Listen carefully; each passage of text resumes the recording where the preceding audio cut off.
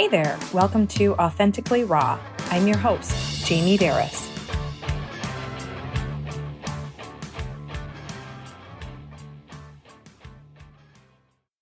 I'm excited today to bring Deb Rosman on the Authentically Raw podcast. Deb is an author, an uplifter, and a joy seeker, and we are going to talk all things grief, but joy and the joy of living. So Deb, you have a really big list of like your bio and accomplishments and just who you are. I'm gonna let you take it away and introduce yourself. Jamie, oh my gosh, talk about one overachiever to another. So, I'm not even sure I can count myself as overachiever. I just get bored very, very easily.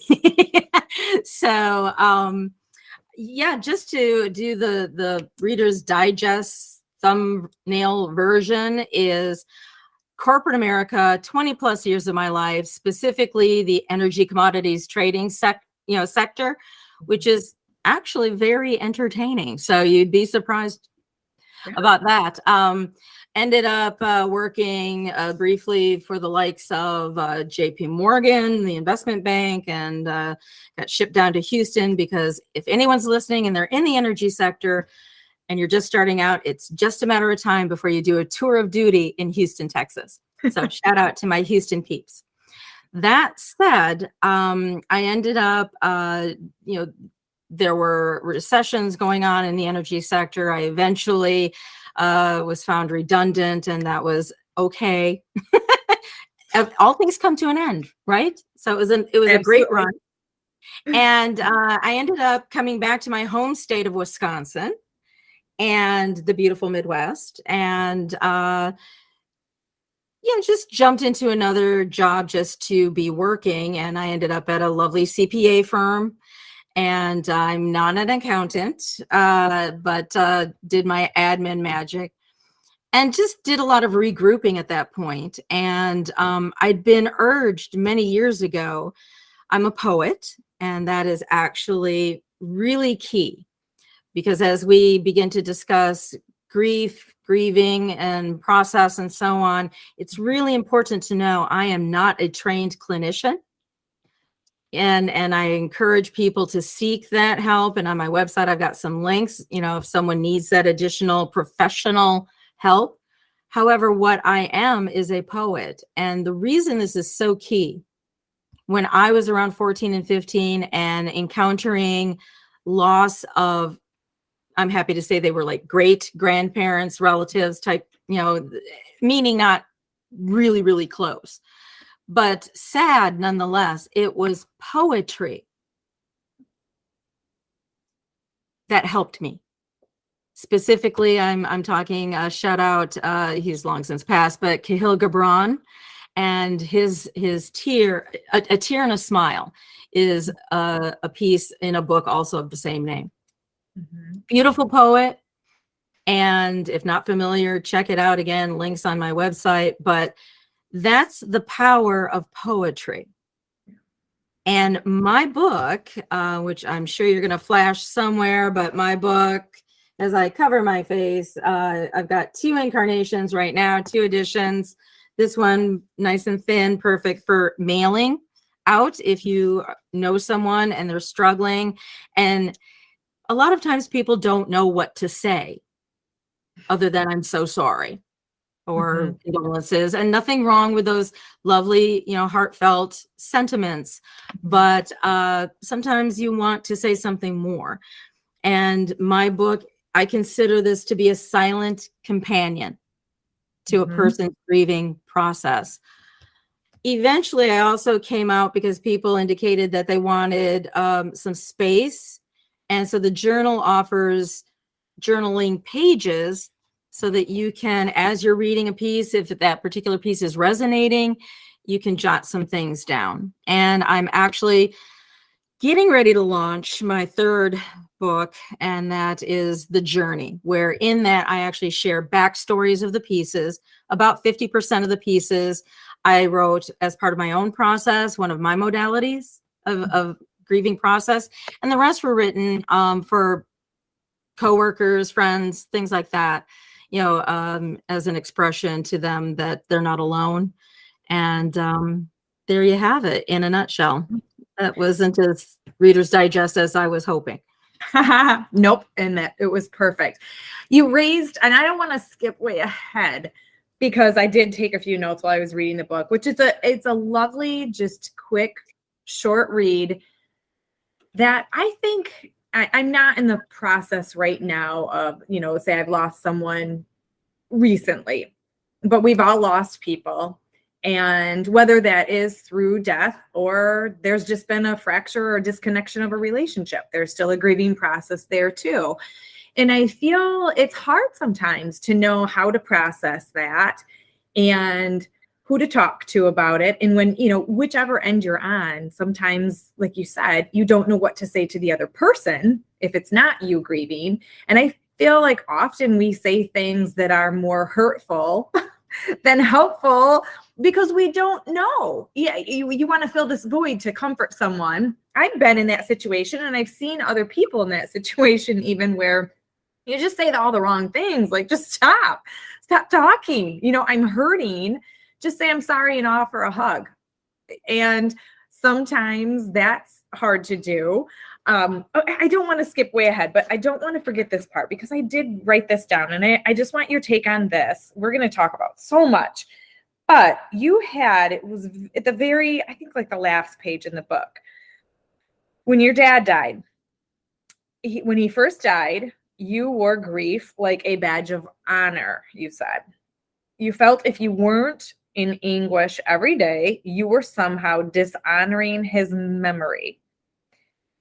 And then you went on to say that your father would not want you to have this despair. This is so true of so many people. I think that we almost feel guilty for moving on and having joy in our lives after we've been through tremendous grief or during. Can you just talk more about that? I think it's just a really good thing to get out there in the beginning, don't you? Because I feel like this is so universal. How can I be happy? I should be sad. You completely identified the crux and the mission and the purpose of the book. Yes, we're interesting animals, aren't we? Mm-hmm. Humans. and so yes, I absolutely wore my grief like a badge of honor. I cloaked myself in it. Yeah. And wallowed and everything. And I think that that's perfectly normal, acceptable. One day, and it was many months after he passed. Mm-hmm. I woke up and I had one of those lovely, lovely dreams mm-hmm. that are just so real, mm-hmm. which actually, in hindsight, I believe that is one of the initial ways that our loved ones who make that transition from physical to non-physical, mm-hmm. how they reach out to us. Yeah. Because when we're asleep, our resistance is low, and we can accept seeing them or hearing them, connecting with them on whatever level in a dream. Yeah. I would go further to say that, through meditative practices and so on, that we can even actually just in our waking state mm-hmm. connect pretty much whenever. We have all these resources available to us, and we don't often use that sixth sense. And I'm not claiming to be good at it. There are some genuine mediums and things like that. There are sadly a lot of hacks, but we can do it for ourselves and our own family and our own loved ones. And the reason I'm saying all of this, and this will loop back to your initial comments, and that is, it's physics. that brings me the most comfort. And I'll explain what I mean by that. Mhm. The physics law that states energy cannot be created or destroyed. It can only change form. We witness it with every season. And it's true of our own seasons. We are glorious, glorious spirits, souls, call it whatever you want. It's energy. It's palpable, it's real, and we're just knocking about in these fabulous meat suits that we criticize way too much, by the way. For sure. Because they do so much for us, even the damaged ones. And we're just knocking about, in these fabulous meat suits. And then eventually we transition and we carry part of that God spirit, right? That our inner being, whatever, for any law of attraction fans out there, which I am. And eventually the meat suit poops out and we transition fully back into non-physical. What our response is, and again, perfectly normal, perfectly natural as far as I'm concerned, is we're looking back. We're looking back to where they used to be. We're gutted because we can no longer reach out and touch. Yeah. And that's why I actually, part of the book's purpose is to encourage people to embrace the uncomfortable. Yeah. For the purpose of working through it. My logo I'm working up and it's meat loss, hope, and living. Yeah. I like that. And basically, it's the cycle. It's the cycle. Where I'm going with this is when I awakened from the dream with my father in it, while I was still very much carrying the badge of honor, the grief honor, feeling embarrassed and horrified and guilty if I wasn't experiencing pain on a regular basis, hence the grief, the mourning. And as humans, we're joyful creatures if we get out of our own way. Yes. And so all of a sudden it wasn't a topic of the dream. It wasn't in my awake state that I was hearing him. All of a sudden I literally just had a solid knowing. Yeah. Okay, enough. Mm-hmm. This doesn't honor me at all. Right.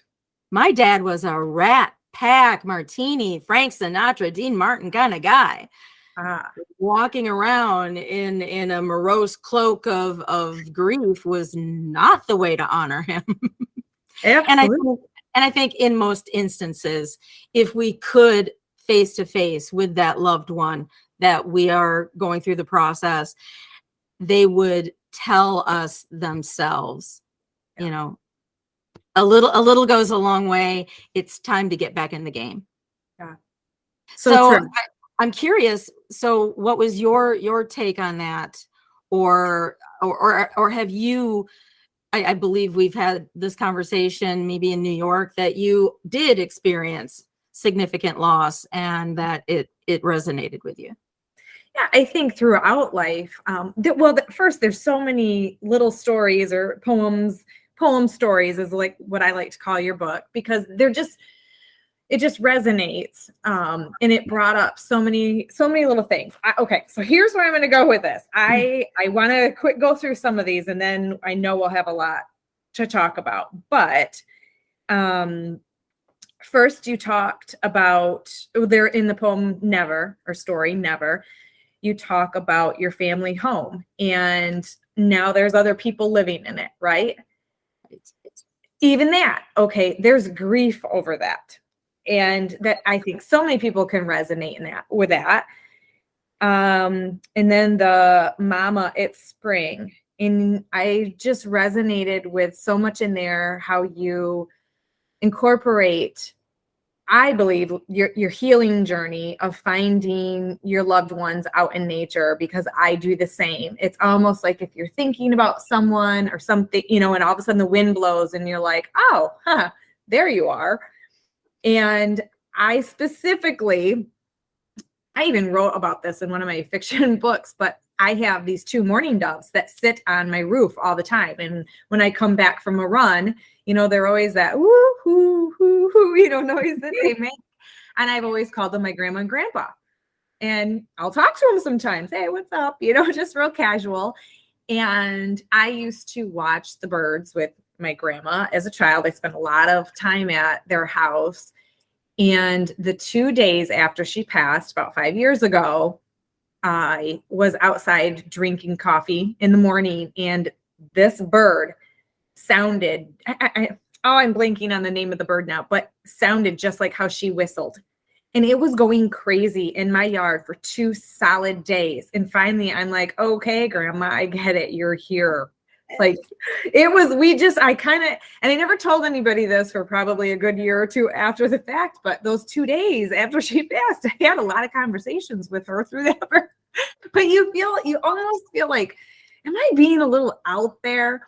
But it's so comforting, whether you're a mountain person, a beach person, a person that, is into the woods. I feel that there's so much to be said when you're out in nature and you are feeling the grief, but at the same time, there's so much joy there and so much peace that can be found too.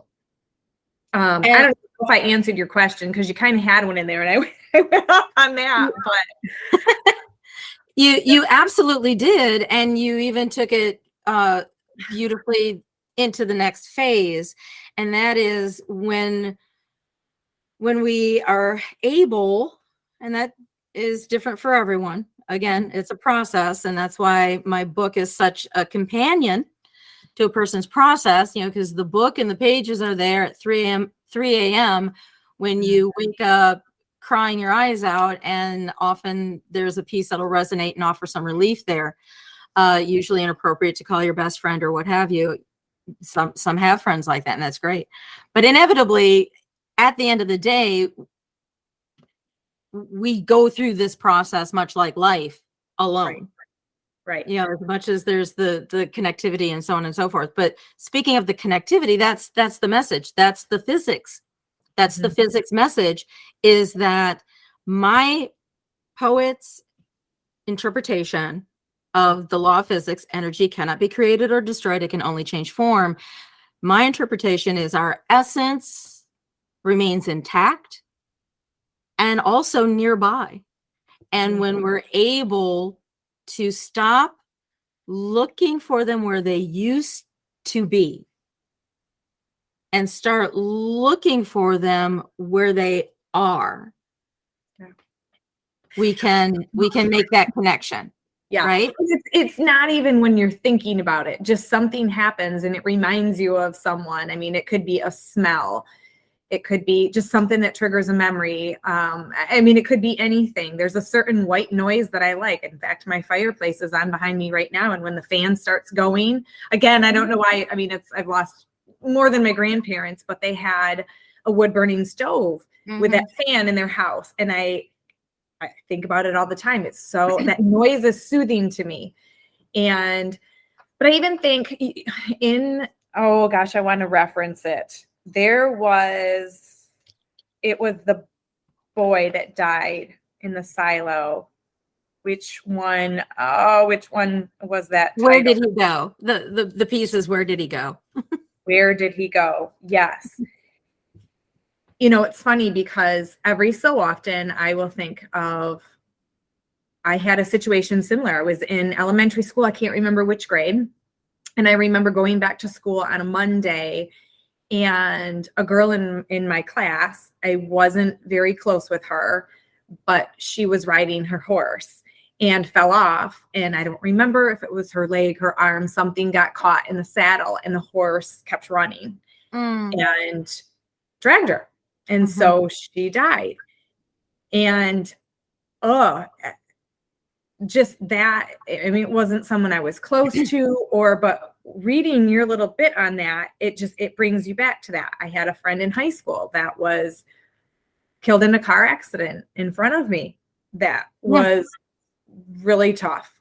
I feel, how do you don't know how to process grief when you're 5, when you're 15, when you're 50, but yet we're all on our own path to the grieving process. And I feel it doesn't matter what age you are. There's no time limit. There's no rules. It's your thing. And, when you even talked about wearing that badge of honor, it's like sometimes people, we wear it for, I'm getting back on life. I'm happy, I'm going forward. Or then you wear the badge of honor of I'm still grieving. Which is it? It's different for everyone. It's our own process, but how you have to find out for yourself, really. And through yours was poetry. I feel that I can, same thing. You hear things, you smell things, and it reminds you of that person. And I instantly think of memories. It's keeping memories alive. And where I'm trying to go back with this is one thing I have learned over the decades, whether it's me losing someone or someone else losing someone, is how important it is to keep the memories alive of the person that has passed. I feel so many people think, okay, I'm not going to bring the deceased up to, that family member or that close friend or whoever lost this person, because I just don't want to stir it up or remind them or make them sad or anything like that. And I have learned time and time again how untrue that is. I know someone that's lost someone in a very tragic way, and they absolutely love to talk about their son. And the more questions you ask and the more you tell me the stories, the more comes spilling out. And wow, lesson learned. What is your take on that? You bring up such an incredible point, observation. I, like so many of us, we grow, we mature, we evolve. And, I fell into the, don't bring up grandpa, don't bring up mom, don't bring up the son, the daughter, the pet. I've got pieces for pets. Right, exactly. That unconditional love is hard to beat. So, right. And I love where you are in that process, and that is ask questions about them. If they don't want to talk, they won't. You'll know it. More often than not, people are thrilled to tell you about their even hearing the person's name, don't you think? Even Correct. Bringing up their name, it's keeping Correct. Something about them alive. Mm-hmm. But now here's the thing. I agree with that. Mm-hmm. And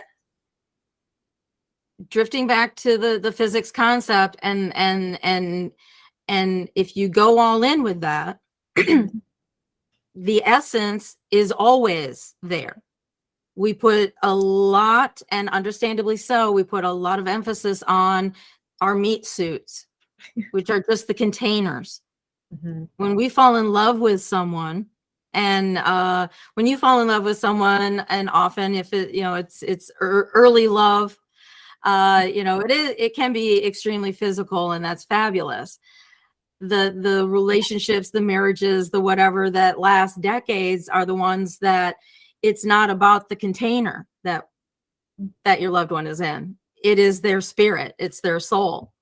Yes. And that never, ever ceases. And so that's really, and I'm going to talk more about that as a modality in the third edition, which is I'm shooting for May, mm-hmm. that comes out. But we'll revisit. But at the end of the day, yes, when you were talking about the cooing doves, grandma and grandpa, absolutely, that's grandma and grandpa. Mm-hmm. Absolutely, it is. And and they came to you in a form, in a way that you could accept. Mm-hmm. And so I don't know if I answered your question, but what I do want to do is take this moment, because I keep hearkening back to physics, which I don't mention in either of my books at all. That's when people can, and I love meeting people. If there's a group out there and we want to do a workshop or something like that, contact me through all the contacts that you're going to provide. But, that's when I talk about the physics that really, really helped me. Right. If I really, truly accept, and for some people it's through their religious affiliations and so on, but oftentimes people are so initially absorbed by the physical is gone.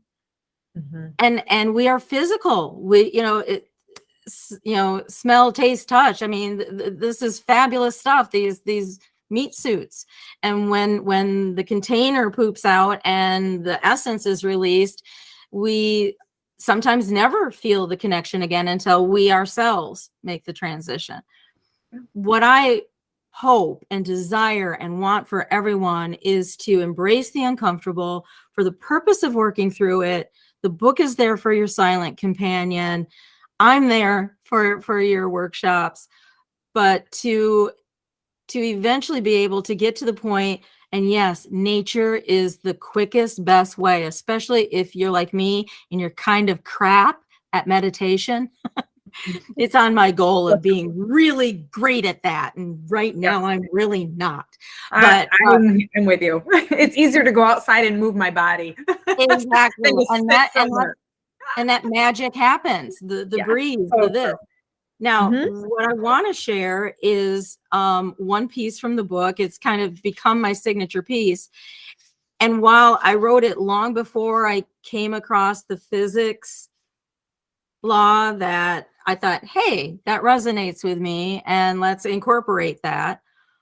Long before that, so this piece, and you get the backstory, and that's the kind of thing that's going to be in the third and final edition of the Grieving Heart trilogy. It'll be a trilogy. And that is one of my coworkers, a young man, maybe 27. His mom died. The impression I got, it was somewhat sudden. He was gutted, and like myself, his grief, his hurt, his pain was palpable. And while I wasn't particularly close to Nick, and I'd never met his mom, it was weighing on my heart. And I had flown from the East Coast, where I was working in that energy sector, back home, and I was literally in an airplane returning. And I normally don't write like this. I asked the attendant, for pen, paper, please give me a scrap of anything. And I wrote this piece down probably in 5 minutes. It didn't need editing. And while I am not in any way, shape, or form a medium, you tell me what you think. It also really sums up the concept of the physics lesson. Okay. So with that in mind, the signature piece, I am not gone. Glasses on. I love the red, by the way. Thank you. Like Sally Jesse Raphael. Aren't they? This is for, there's a reference that the kids are going to have to look up. I know, right? Okay. So, sorry. That's fine. I am not gone. Even though my body gave out and I'm no longer around, I am not gone. For you, my child, who's still so young, I pray you'll never feel that I abandoned you or that you are all alone. I'm not gone. It's not just your memories of me that will keep me alive, although thinking about how much I love you and how proud I am of you is good. There are other forces, factors, helpers that will be there for you when you need me. I am not gone. They will constantly come and go from your life, for there can never be another me. But be there for you, they will be. Coworkers, friends, relatives, and many more, providing you with comfort, advice, and care. So while it's true I've left this realm, I'm still watching over you. And with my helpers, my agents, if you will, I'm still there to guide you and advise you. I'm not gone. When you miss me, just stand silently and listen to my voice beating inside you. My voice sings in the wind and will resound in others too, my helpers, for I am not gone. Mm, that is beautiful. Did you give it to him? I did. Good. I did. I typed it out for him and I gave it to him. And of course, this was a couple of decades ago, and I hope it helped soothe. I know that it continues to help others. I'm happy to say that one of my dear friends and mentor, Dr. Izdihar Jamil, she has a publication, Female Entrepreneurs Spotlight magazine, and she's published it in a couple of her quarterly magazines. Because it does resonate with people, right? Mm-hmm. Absolutely. And I think just even as a parent, I mean, I even said it to my kids, if anything ever would happen to me, I would hope that you're all at least through college. It's like, I can't bear the thought of them grieving me, at least until they're 23 on. So I have 2 in college, and then I have, we have some stragglers. We have 1 in middle school and 1 in elementary school still. And I do think about that sometimes. I know this is so crazy, Deb, but even just this morning, oh, tell me I'm not crazy. Whenever I pack grapes in their lunch, I always pick out the smallest grapes, even for them. I would never want these kids to choke on a grape at school. Why are we so, it's like, you know what I mean? I just, the whole, I don't know. There are so many people, just like your words said, there are so many other agents, if you will, that will be sent in our life if someone were to exit. Mm-hmm. But yet we just don't want to let that person go, which, is a good thing. There's so many, I don't even know what you call it. Just there's so many different aspects to grief. I want to say / joy. Mm-hmm. And again, it's understandably so. I'm a broken record on the meat suit because I just adore being slightly irreverent. But these fabulous vessels that we're in, that we inhabit for a short time. And it's always too short. I don't care if you live to be 102. Right. We are eternal. We are eternal beings. Mm-hmm. And so just like, grandma and grandpa are still actively watching out for you and whispering to you, loving you from across that veil. Mm-hmm. So we will be for those we leave behind physically, because it's only physically that we ever leave. Right. And the thing that I think about too, and I was thinking about as I was reading the book, is it's one thing to lose, a grandparent. It's one thing to lose when you're a full-grown adult, to lose a parent. It's an entirely different thing when you're in your younger years and you lose a child or you lose a friend, when it's before the time we feel, is a correct time to die, truly. And there's a whole different grieving process there. What are because it does go back to the story that you told, because I think of it, that stirred up these memories. I can even remember, same thing. I think I was in elementary, and a family in our community, she was walking home from school. She was either walking home or on a bike. I don't remember the specifics, but she was hit by the school bus, and she was and she did pass. And I can remember as a small child seeing, her siblings at school and just wondering what's it like in their house, what's it like for their mom and their dad, like all of these, and just feeling that wrenching, like, pain inside. And I knew of her. I didn't know her. Right. And I think even, isn't that every parent's fear about their about their children, but isn't that everyone, about your spouse, about your friends, that, people that are your own age and younger? It is just, it's entirely different. I lost a close family friend to cancer, and she was diagnosed at 18 and then fought her battle for, I believe it was 10 years. And it's just a different, I don't know. I don't even know the word I want to put on it. I believe I know where you're going with this, because we do have a sense of if a child dies, it does hit very differently than someone Really in deep their is what it in is. their 80s and 90s and had a great life. Exactly. And this is where likely seeking professional help to work through that process Right. is always a good idea.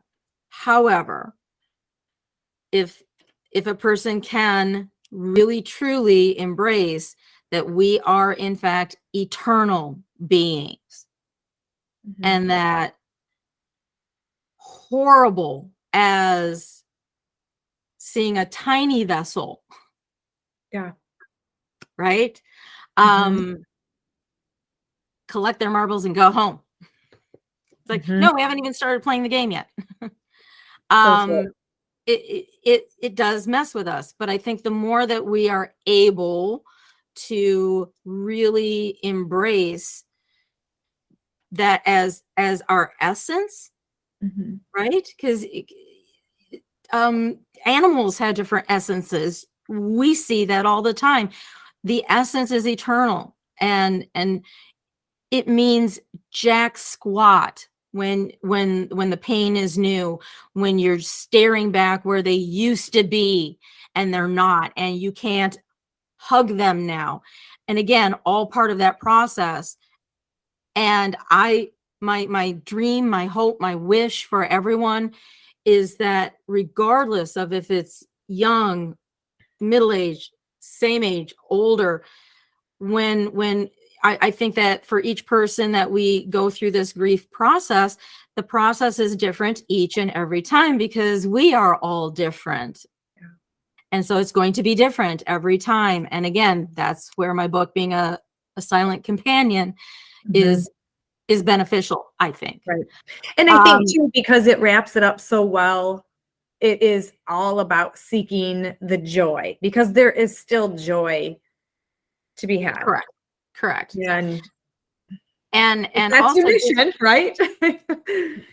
well, and also I want to share one more piece with you, because in this day and age, there seems to be an uptick of events, lethal events, whether it's man-made or nature. Mother Nature always gets the final laugh on us feeling that we're in any way, shape, or form in control of the weather. Exactly.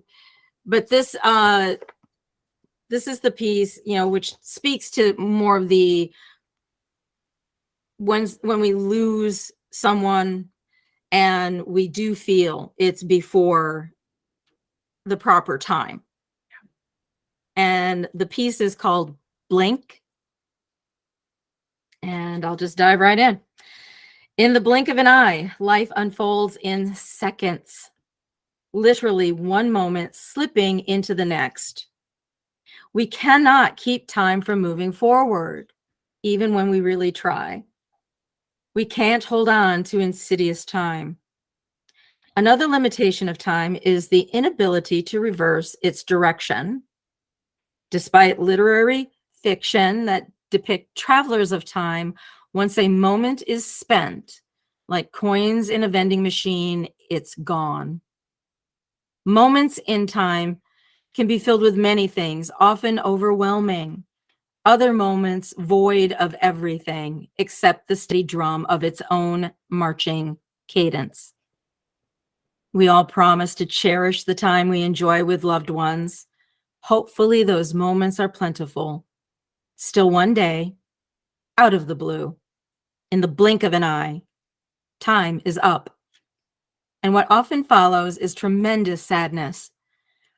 Initially, it will feel inescapable, yet time is steadily moving forward. Remember only the love. Forget everything else. We only have time to spare on loving, because in that blink, nothing else really matters. Mhm.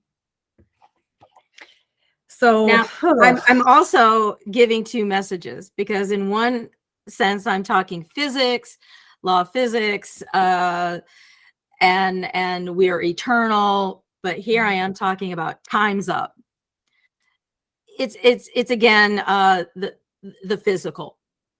Mhm. You know, we are physical and non-physical, but we are always us. Yeah. And we are, and our essence is eternal. That's my story, and I'm sticking to it. I agree, because your spirit never dies. Correct. I believe. It Correct. just, as you say, it comes out of our meat suit, right? It's done Yep. with the meat suit now. And Yep. it's ready to go on. Personally, I believe to heaven. It's ready to go on. But everybody else is left here, right? And like you said, in the blink of an eye. And, I can't help. I have to bring this up because it's just still so fresh. So my daughter is a student at Michigan State University, and just a month ago today, Mhm. there was a shooting and 3 people Mhm. lost their lives. Mhm. And it's in the blink of an eye. Yeah. It wasn't a car accident and, accident. It wasn't a disease. It was an intentional thing. And that puts the grieving to a whole new level, because not that there's not anger in the other types of death, but I can't even begin to process what the family members, real close friends, what that grieving process is like, because it's so laced with just so many other things. It's different. So my great aunt, she turned 101 and the very next day passed away. I love that, and I want to do that. So I've already, Yes. I don't know what age I've decided yet, but I just love the fact I can just picture her, because she was that spitfire of a lady, right? I can just picture her Mhm. like, I made it, 101. I'm out. I'm Yeah. done. Peace out. Peace out. I love that. I'm done. And that's not the case for everyone. And it affects those that are still living here in our meat suits so different. And I think of that because, it's one thing to grow old and you're going to the funerals of, say, your other old friends, right? And there's that grieving process, but it's not this gut-wrenching, lifelong sort of thing. And I don't know. That's just where I love your words, because it's just that blink. And I think it's that good reminder that we do need to embrace and enjoy. And I love the word essence, which is just everyone's spirit and soul of who we are right now, right here, where we have people. And why I love that word essence so much, because it always brings me back to not, what do you do? What are you achieving? It's who are you? Like, what kind of person you are? Because I feel that is what we miss. And that is what we crave, is that feeling that loved one created inside of us. And this is what I feel, what I believe we can do. Is it as great as a physical hug? Heck no. Mm. Is it lovely? Is it comforting? Heck yes. Mm-hmm. Case in point, when I lost my mom, now I'm a bonus baby For those not familiar, I have one. yes, you do. Yes, you do. Well, and for others out there who might still be puzzling over this, is that you get extra points? Absolutely. My siblings, 13 and 10 years older, mom and dad thought they were done. So I like to always say that I'm the result of dinner and dancing. And bonus. Yes. And I have to relate. I have to say this because we have a 12-year span from my oldest to my youngest. When my Perfect. oldest was a senior in high school, my youngest was a kindergartner. Built-in babysitter, just like my sister was. Relate to you. Built-in babysitter. Should I say my youngest relates with you? and also, I mean, you've having gone through my book, you know that I lost my mom, I lost my dad, my sister, blah blah blah blah blah. You cannot get to any age-edness. Proud to be 62, and not have experienced certain loss. And I was in my 40s when I lost my parents, and I attribute that to being the bonus baby because, my mom people would ask if my mom was my grandma at the high school events, and that did not set well at all. But and she was also prematurely gray. That added to it. But when mom passed, she was 82 and I was in my 40s. And Jamie, I think it sounds a lot like some of the rapport that you have going on, to not only have the privilege of a parent-child relationship, but also after a certain point to genuinely have them as friend. Now, I think parents should be parents first and friends second. If that comes, that's great. But so I had that. So yay me. Mm-hmm. But when she passed, one of the things, because we have a whole bag of tricks that we use in our grief process, and counseling is a viable one. Absolutely. For me, I just wanted to cook her recipes and eat them. And she was a great cook. And so that's one of the things that I did. I'd cook her recipes and I'd eat them. She cooked for a family of 5. I lived alone. Well, there you go. We can do the math. And so just recent years starting to get a grip on that. How many decades? Well, it hasn't been 2 decades since she passed, but we're working on it.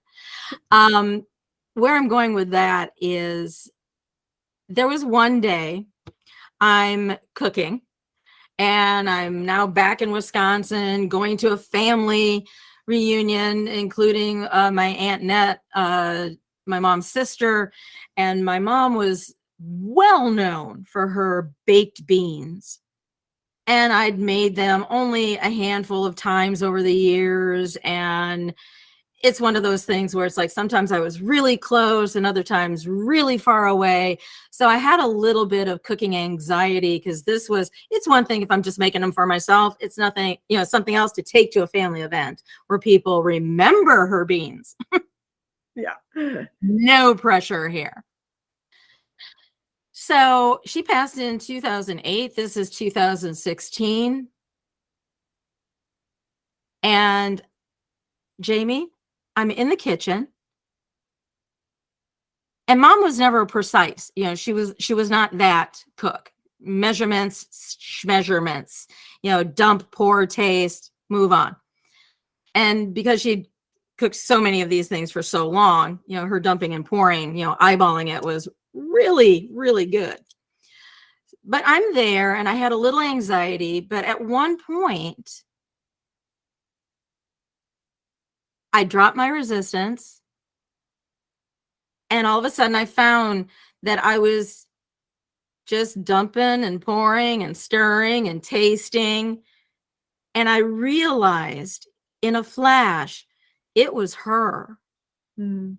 She just borrowed the meat suit to make the beans for her family. Yeah. Oh. I love that. I'm going to think about that story every time I have baked beans. Yay! But I mean, that was a level that when we are both in our meat suits, you can't get. she was infused. Her essence was infused with me. Mm. Right? Yes. So again, what can I tell you? It's never going to be the same. But at some point, if we could ask even that child that I think everyone would agree, checked out too soon. Mm-hmm. Even in the shootings where people are justifiably outraged because that was stolen. That was stolen from us. Mm-hmm. Even in these dire situations, if we could talk to that beautiful soul, that essence, what do you think they would say to you? What would their desire for you be? Mm-hmm. To spend the rest of your years in pain? Or to Not at all. No. to live on their behalf? Exactly. Physically. And I love it because it goes back to right in the beginning. I mean, that does, sitting around in despair does not honor your dad. It doesn't honor anyone that died. I don't believe that there is anyone looking down from heaven secretly so happy that, they are That we're wallowing. miserable. Exactly. No one. And it does them honor to keep going. And I do know a couple of families, parents that have lost kids in their teens and early 20s or even younger. And I'm just by nature an observer of people, and I love to watch how they respond to things. And I'm thinking of two families in particular that are just, my jaw's on the floor with how, I don't even know the word, how they Cope. And I think that faith is the word. Their faith must be so strong in how they can show up and still have joy in their heart, still go to concerts, entertain with people. And I'll say be so giving. Like I can remember specifically a family that, several months later, or not even really several months, a few months later, after the loss of their child, showed up with Halloween bags on my doorstep for my kids. And Deb, it chokes me up. And understandably so. And again, I mean, how extraordinary. But I think what we're talking about are people who somehow, some way were able to connect with the essence of their child. To me, how else could you do that? But if you know that they're there, yes, physically, and we put a lot of stock in physically because we're physical. So that's kind of a no-brainer. And it's understandable why we have a tendency to keep looking back where they used to be. But I promise you, when you are able to quiet your mind, still your heart, open it, and connect with the essence that is eternal, death is something that is part of the natural cycle. I'm not suggesting that we be happy about it. No. Or that at no point am I suggesting that we be joyful about dying. What I am suggesting is that I sincerely believe in the lesson physics teaches us. Our essence cannot be created or destroyed. It can only change form. And when we go from physical and transition back into non-physical from whence we came, that as we walk around in these glorious meat suits, that's going to have to be a book or something in the future, isn't it? I know. Meat suit. I like we got the title already. Let's you and I write that together. Me and my meat suit. Right? Me and my meat suit. And that it at least makes it so that, okay, I mean, it is just a matter of time, and not to be gloom and doom, it's ticking. All we have is now. That's all we ever have. But we put so much stock in the past or the future when all we ever have is this moment. And what glorious moments you and I are sharing right now. Mm-hmm. And so I think it's just kind of retraining ourselves, retraining our brain a little bit on it. If the concept is new to someone, that the soul, the spirit, the essence continues on, and that as still currently physical, we can connect on various levels. Oftentimes it is that butterfly landing on your finger, or the birds singing to you, or something that we encounter in nature. It's so often because we can allow that, or it is in a dream that's so real that you do get a chance to embrace once more. Definitely. It's all of that. And here I said two pieces. I'm going to break my rule already, because it sums it all up. Okay. And it's the piece, the final piece in the book. It starts with I am not gone. Mm-hmm. And then I wrap up with the title piece, The Grieving Heart. I think it's just going to just sum this all up beautifully. Put it all in put a nice bow on all of it. And that is, as I'm doing weird things with my glasses, because when you rip your hair out in your glasses and you I know, tickling your nose, and it's like, what is on me? And I have no doubt that it's probably my mom. Probably. It's just having a laugh. The grieving heart. The grieving heart is a heavy heart, for it bears the weight of a loss. It can feel like a broken heart, which at times is angry, frightened, and confused. The grieving heart requires special handling because it is so bruised, but given time, it will mend. What is most important for the grieving heart to know is that it must be allowed time and space to grieve. The grieving heart is a giving heart that can find ways to turn the pain into a means of affecting a positive future while honoring the loved one lost to them.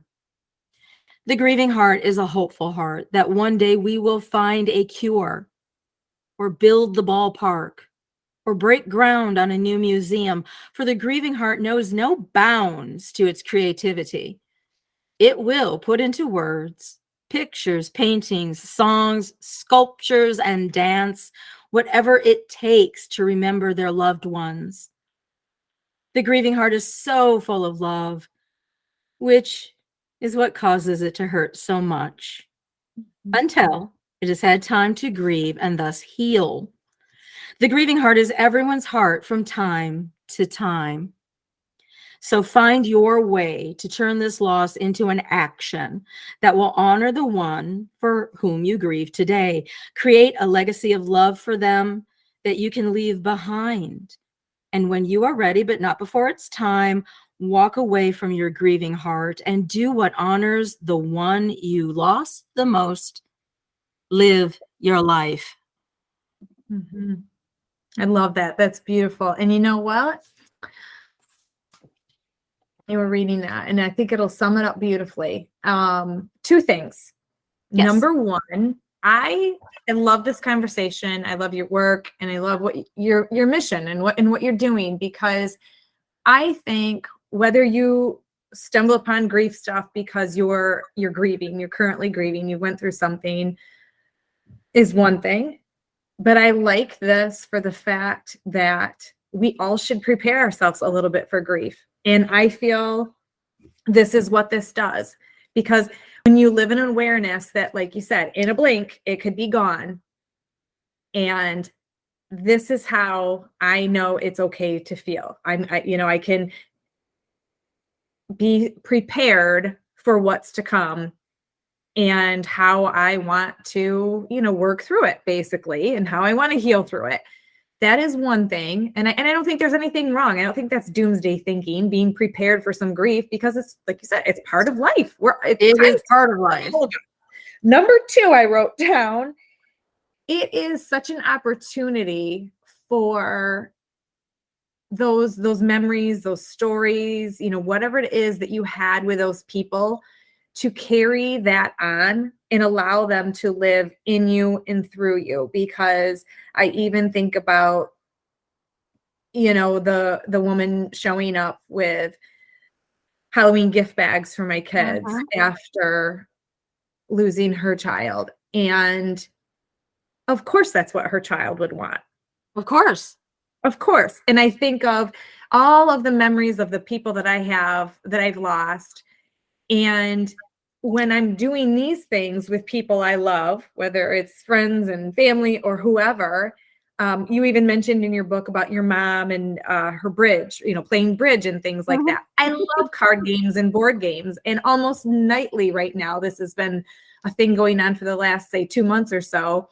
I've been ousted from the game a little bit, but my husband and my youngest daughter have been sitting down playing Roomy Cube almost every night. And it is those things that I grew up playing, these board games and card games with family and friends. It was a huge part of my life, and how it's a huge part of my life in my home now, but not even just with my kids, but with our friends too. We get together and play, us Michigan and Wisconsin people know the game of snooker, or right, but it's a way that I guess I've never really thought of it until now, how you can look at grief in the moment and really acknowledge who this person was, the essence of them, how it is so alive in me and my memories, and how I can use those memories, because the memories that you keep are obviously the ones that you are so heartfelt, that stick with you. And you are creating those in other people all the time.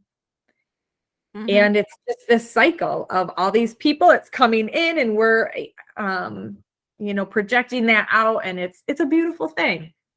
It's a beautiful thing. What you do is beautiful. Oh, Jamie, thank you. And likewise. And it's light work, right? It's energy work. Because again, the reason why one day hearing that law of physics rang such bells for me is that, right.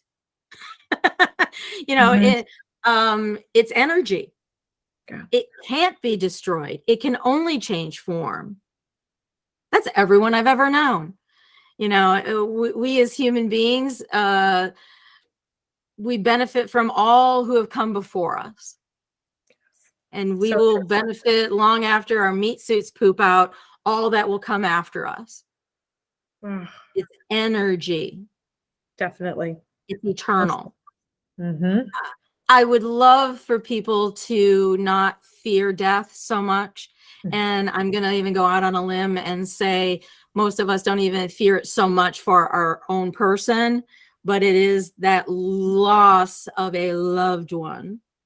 Yeah. But again, consider they're not lost. Physically, right. Yes. And that bites. And that's why the grief process, I think, is key. And during that process, and again, I'll discuss many more modalities, if you will. Walks in nature are key. Writing, journaling, baking, beans. I always say that there's no right or wrong as long as you are not hurting yourself or hurting others in your process. And your process is going to be different from one to one against the silent companion. Yes. But those are wise words. I like that. There's really no wrong way to grieve as long as you're not hurting yourself or someone else. I love that. Thank you so much for sharing your gift. It's so generous. Thanks. And thanks for coming on Authentically Raw. And thank you for sharing your gifts. And you just keep on doing what you do. It's fun so far. Thanks, Deb. Okay. Thank you so much for being here as we kick off this podcast together. I really appreciate you joining me on this journey because I'm well aware you could be doing or listening to anything right now. Hey, if you enjoy the Authentically Raw content, please support the show by following, rating, and reviewing on Apple Podcasts or wherever you listen. You can also follow me on social media for daily inspiration. Head over to my website, jamieberris.com, to sign up for weekly transformation tips. Or if you're interested in coaching, I currently have 3 openings for one-on-one coaching. If you're looking for an empowering community, we'd love for you to join us in the Transformation Tribe, our group coaching membership. More info available on my website under the Life Coaching and Membership tabs. One last thing, I'm rooting for you. Be real, be raw, be authentic.